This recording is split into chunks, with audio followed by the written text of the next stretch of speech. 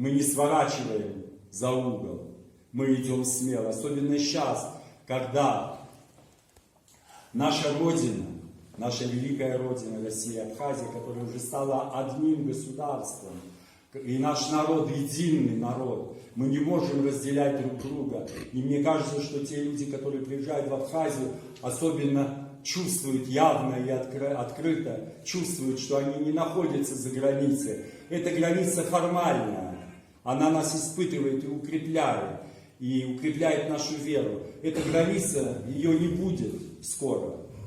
И будет свободная, мы будем объединены единым духом, единой молитвой православной веры, которую хранит Россия православная.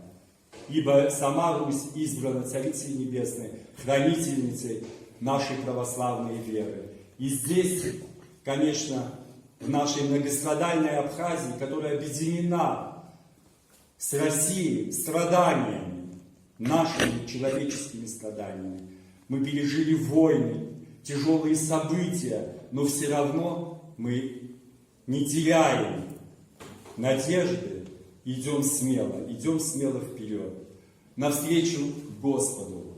И, конечно, это праздник Животворящего Христа, это великий праздник. В этот же день мы здесь в Каманах отмечали праздник представления Иоанна Златоуста, великого святителя, великого учителя, вселенского нашего учителя, который создал науку православия, который научно обосновал нашу православную веру вместе с Василием Великим Григорием Богословом. Эти великие учителя вселенские до сих пор нас укрепляют. И те книги, которые они написали через толщу времен, они нас укрепляют, утешают. И как будто бы то, что написал святитель Иоанн Златоуст тогда, 1600 лет назад, как будто бы сегодня написано для нас с вами. В каждой строчке мы видим себя, свое внутреннее духовное состояние.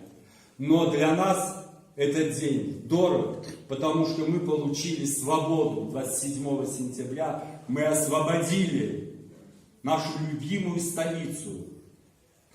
Российские воины, абхазские воины, ополченцы, добровольцы Северного Кавказа единым плечом выдавили отсюда жестоких людей, которые посягали на наши святыни, на наши 500 храмов, которые здесь в Абхазии находятся в разных местах. Поначалу кажется, что как будто бы здесь там у нас мало храмов. Но представьте себе, что в Каманах было 300 храмов, и в предместьях вокруг Каман. В каждом закуточке везде стоят маленькие храмы, по всей Абхазии, высоко в горах и низко, на побережьях.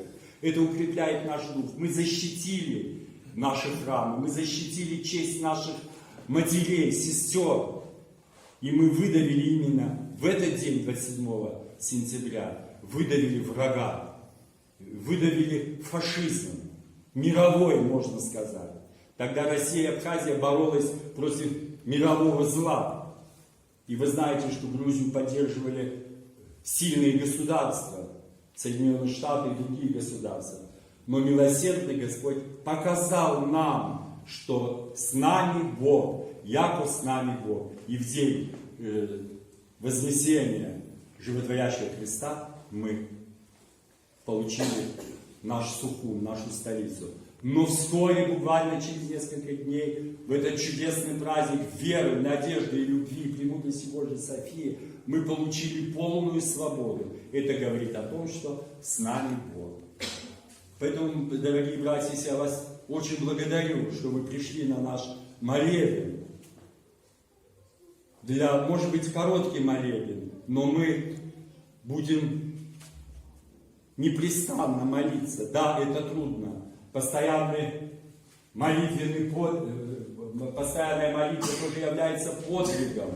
Но мы должны всецело направить себя на молитву. Ибо без Бога не до порога. Кому церковь не мать, тому Бог не Отец. Поэтому мы будем просить Господа, Царицу Небесную, чтобы она покрыла нас и избавила нас от этого мирового зла, где воюют наши братья и сестры, воюют, чтобы освободить Украину, чтобы она стала той милой Украиной, житницей благодатным краем, чтобы не было различия, разделения между славянами, братьями, чтобы мы были в едином русле, под покровом самой Царицы Небесной. Вас очень благодарю. И всегда вас ожидаем в нашей скромной обители. Мы просим вас по возможности посещать нашу обитель, потому что она, конечно же, это мировая святыня. Здесь и благодатные мощи мученика Василиска, благодатный источник Василиска, который до сих пор исцеляется. Здесь саркофаг, где блаженная кончина Иоанна Златоуста произошла. И здесь же третье обретение главы Иоанна Крестителя. Такие великие святыни. И они нас защищают. Они защищают не только Абхазию, но и Россию. Мир вам, братья и сестры. Храни вас всех Господь. Всегда вас ожидаем, любим. Вы для нас самые родные и близкие люди. Я вас всех благословляю Божьим благословением.